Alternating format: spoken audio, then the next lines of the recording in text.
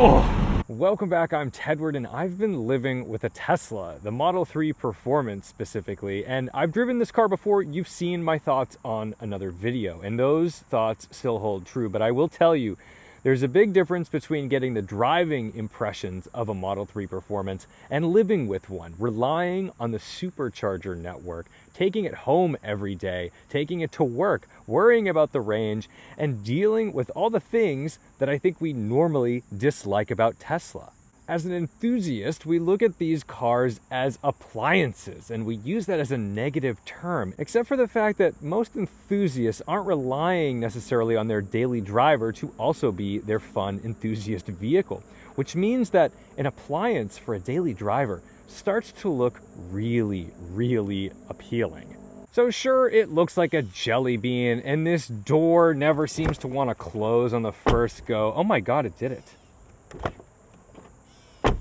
What I find particularly strange and intriguing at the same time about this car is that it doesn't fall into any segment. While yes, it's a mid-size four-door sedan, is it an econo car? Not really. Is it a luxury car? Not really. Is it a performance car? Not really, but it has pieces of all of those things. As an econo box, yes, of course, it's very efficient, but you can also park it anywhere without concern. I don't have any worries about leaving this on the street or putting it near the front of a store.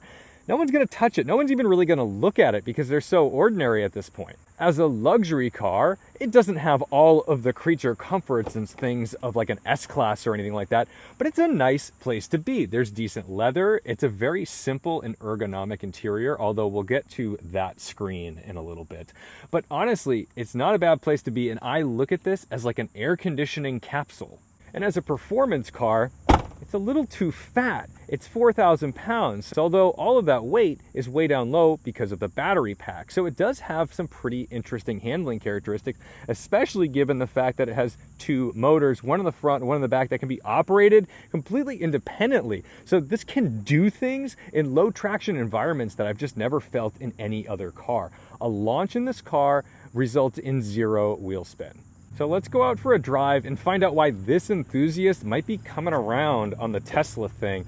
And for all of the reasons I didn't like it, those are the reasons why I might have one as a daily driver. So it's a little tinny. You close the doors, you notice a little bit of slack and slap and things like that, but it's not terrible and it gets the job done. The point of the car is just to be a car. It's like a transportation device. It's not a car. It's like, this is as close as you can get to teleporting. And if I were to give you a teleportation device, would you tell me, ooh, that's not enough of an enthusiast teleporter for me to get into it? Probably not. You'd hit go and you'd stand on it. Oh, God. Like, it is genuinely fast. I gotta say. This thing is like a genuinely fast car off the line, and it's that first like 30 to 60 feet that really transform your perspective on what this car is capable of. So here's another thing. After living with it, I have not put my fist through this screen. The learning curve is steep. I felt like an old man learning how to use a computer for the first time getting into this car. I want things to happen. I want normal car things to happen. I want windshield wipers, I want AC, I want radio, I want all these normal things, but I have to go through this screen.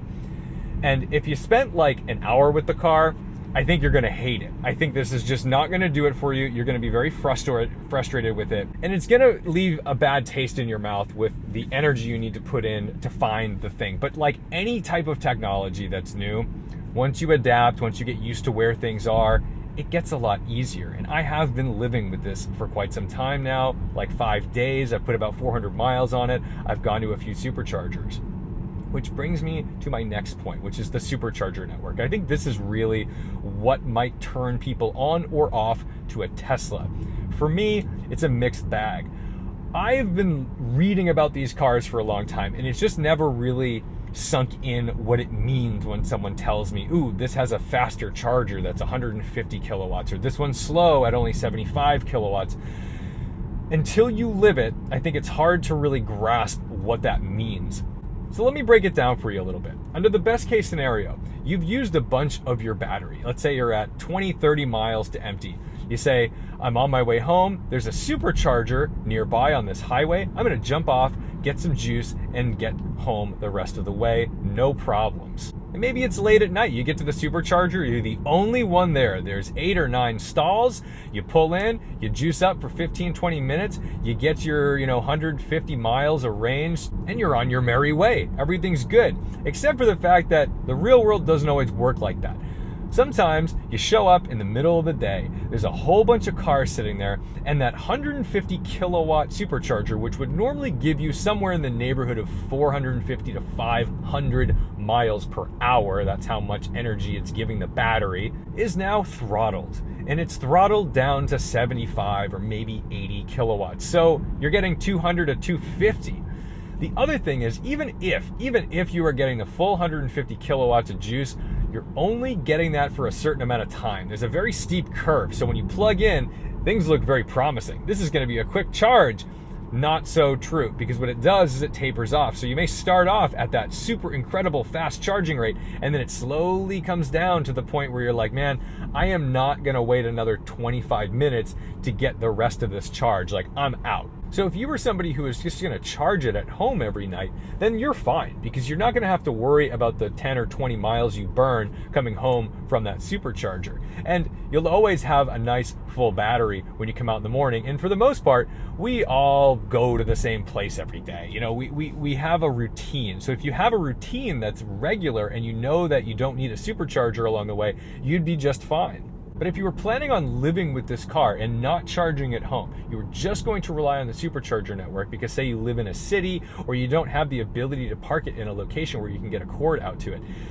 Just make sure that you understand the reality of supercharging and that it's not always predictable how much and how fast you're going to get that juice, even when you're at a familiar stall. I've had to learn little tricks. For example, the stalls are labeled on V2 superchargers 1A, 1B, 2A, 2B, etc. If somebody is on 2A and you go up to 2B, you're not going to get as much juice as you would if you went to 3A and no one was on 3B. You feel me? So, you do learn all these weird little tips and tricks while you're driving the car, because the first time you go, you might think, wow, that was a breeze. The second time you go, it's busy. You barely get any juice and it takes forever. Not to mention, sometimes the superchargers are broken and you plug in and nothing happens. And then you better hope that you can get to the next stall that does work before another rogue Tesla comes in and parks and takes your spot. So how about the drive? How about the dynamics of this car? Oh my goodness, it's so fast. It is so fast, and that is kind of the trick up its sleeve, especially on the performance model. I don't think you need it. I think you can go long range, have a slower to 0 to 60, and have just as much fun. But here's the deal. The car is very boring. This is the thing I like about it. As enthusiasts, let's use BMW as an example. They've made everything a little boring and ugly and big and fat and damped. It's not the enthusiast vehicle it used to be, except they're probably selling more cars than ever before because of that, because people like to be in these super damped vehicles. Whereas I think this makes a really good case for having an insulated cabin with a little bit of steering damping. I know people complain that there's not enough steering feel as an enthusiast or a sports car, but that's what makes it a good daily driver, because I don't feel every annoying thing on the road. I get to relax as a driver just commuting and going to and from work. And an electric vehicle, it's efficient in the exact opposite way an internal combustion engine car is efficient. So if you drive in the city with a lot of start and stop kind of things or low speed around town, this car is going to be phenomenally efficient for you. When it tells you it has 155 miles of range, you're going to get 155 miles of range. However, when you get on the highway where an internal combustion engine is very content and happy at cruising at a single RPM, let's say 3,500 RPM at 75 miles an hour, it's just going to cruise and be at its most efficient. That's where this is the least efficient, because all you're doing is battling air. You're battling that wind resistance. And that's where this starts to lose. So if you are planning on doing like 80 miles an hour on the highway every single day, this is probably not going to be great for you, because you're not going to get what it tells you you're going to get for range. Most notable for me, though, is that the mechanical sympathy I don't have to have in this vehicle is really what turns me onto it. I have a BMW M3. I drive it every single day. It's got a dual clutch transmission. And when I drive it in traffic, when I'm coming home from a video shoot or a photo shoot, and I'm in bumper to bumper traffic on the highway, I feel incredible guilt for the number of times I have to rev up that engine, shift a bunch of gears, engage those clutches. It just kills me. I don't like it. And in this car, I have no qualms about starting and stopping as many times as necessary. It doesn't matter. And I'm not even really using the brakes because I use that regen on the one pedal driving to get down to a low speed, and then I only use the brakes to come to a complete stop. Is this kind of driving the driving I dreamed about as a kid with Lamborghini posters on my wall? Absolutely not. But as an adult who has to do the brake job, who has to do the oil changes, who has to think about all the little spinny wheels for accessories on the front of that engine that have bearings that can fail, or a water pump, or a stuck thermostat, all these little things add up. And after 100,000 miles, those things need to be replaced, and they're probably going to die along the way. Think about it this way. If you have to go to an office every day, do you even want to go there? Do you want to commute there? Do you get in your car and think, man, this is a fun drive? The answer is no. Then an electric car might soften the blow a little bit because it's a lot easier to deal with. And if you're doing your own work on your car, there's like no work to do on this car. This is very simple. It's a big old battery pack and a couple of motors. Like, yes, there's a ton of software in here that makes the world go around in a Tesla. I get that. And I get that that's the downfall where like Tesla could send some over-air update and totally brick your vehicle if they wanted to.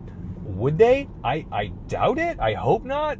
But, the reality is, as it stands today, as I'm driving this vehicle right now, it's doing all the things that I want a boring commuter car to do without stressing me about all these other moving parts that could potentially fail on my car.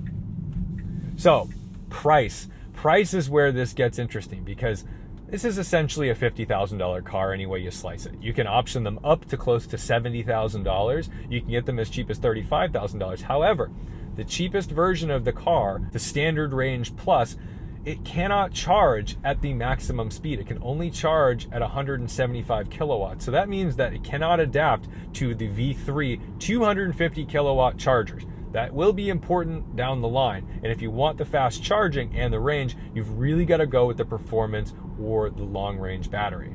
So $50,000, that's basically two new Honda Civics. And a Honda Civic is a nice, efficient vehicle. It's going to get the job done. You're going to have a warranty.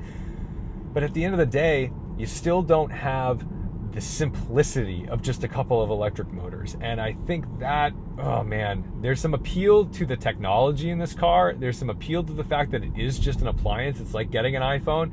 I would get into this car for 3 or 4 years and dump it. And that would be it. I would get the next one. These are all the reasons why everyone pans these cars, myself included. Those are also the same reasons why I would love to own one as a daily driver. So look, maybe you like the idea of an electric car, but you don't want a Tesla. You don't like Elon Musk. You're sick of the Tesla fanboys. I get it.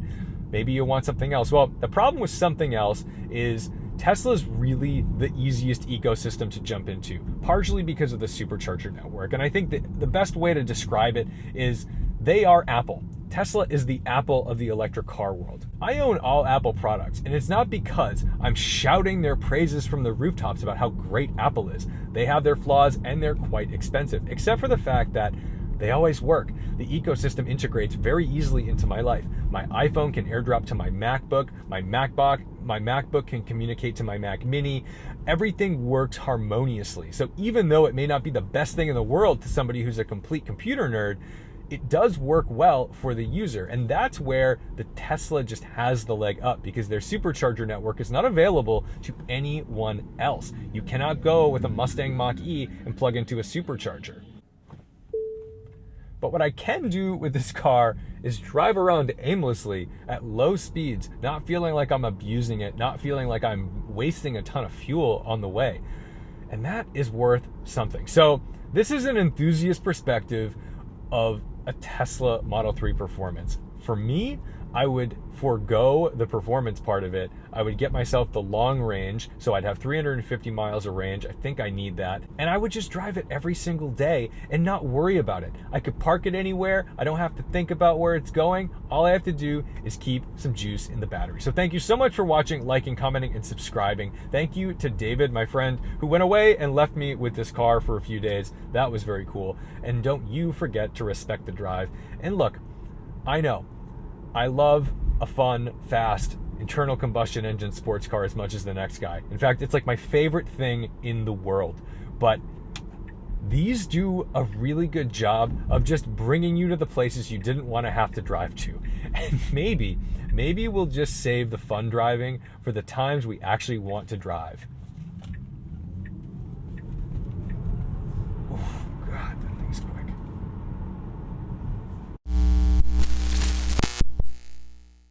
And that means that having a daily driver that acts as an appliance can be extremely appealing. And there's somebody behind me. There's always something going on.